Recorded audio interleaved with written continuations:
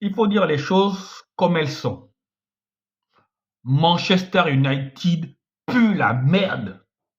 Manchester United est un club qui pue la merde actuellement. Ça fait peut-être, oui, je vais le dire comme ça, depuis que Sir Alex Ferguson s'est barré de Manchester United, Manchester United pue la merde. Manchester United n'est plus un grand club. Manchester United a certes un passé glorieux, mais Manchester United ne vaut plus rien sur l'échiquier footballistique mondial.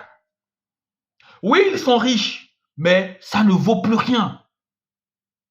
Et c'est pas la peine de vouloir faire passer, je sais pas, Onana pour le maillon faible de Manchester United. C'est pas la peine de vouloir faire passer André Onana pour le pire gardien de l'histoire de Manchester United.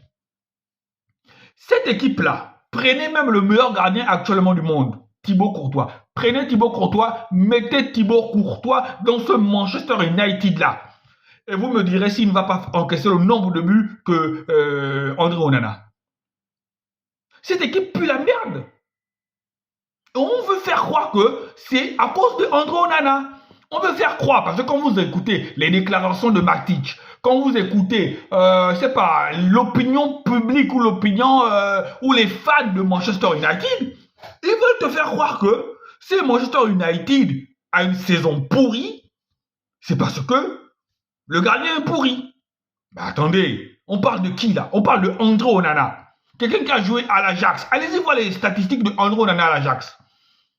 Allez-y voir les statistiques de André Onana à l'Inter.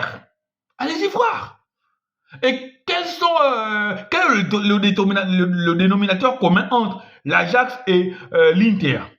Dans ces deux équipes-là, André Onana avait une bonne défense. Une vraie défense.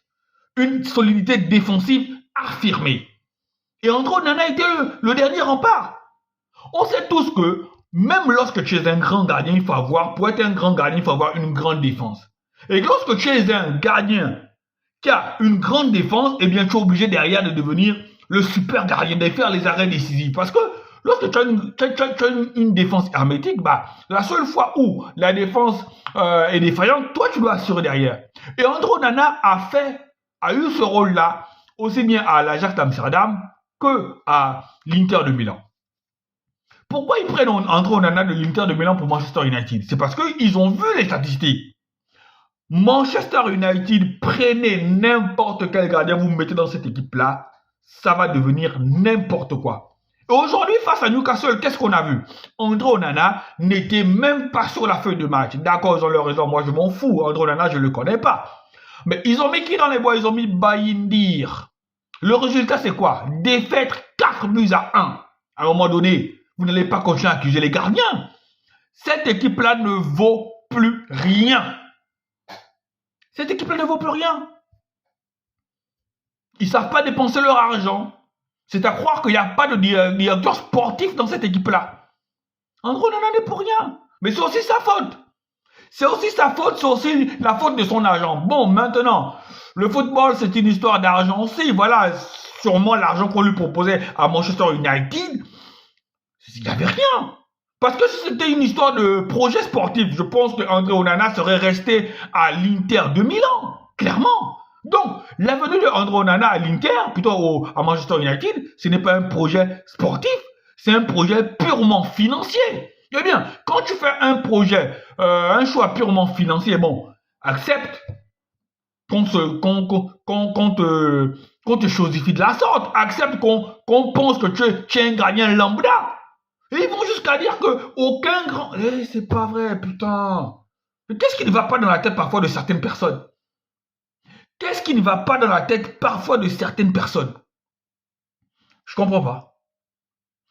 Manchester United pue la merde. Ce n'est pas à cause d'André Onana. C'est un club qui pue la merde. Ça a été dans le passé un grand club européen, un grand club dans le monde. Mais aujourd'hui, c'est devenu une équipe lambda avec des joueurs moyens, avec des joueurs qui ne méritent même pas d'être dans les plus grands clubs d'Europe. Allez, salut, c'était mon coup de gueule.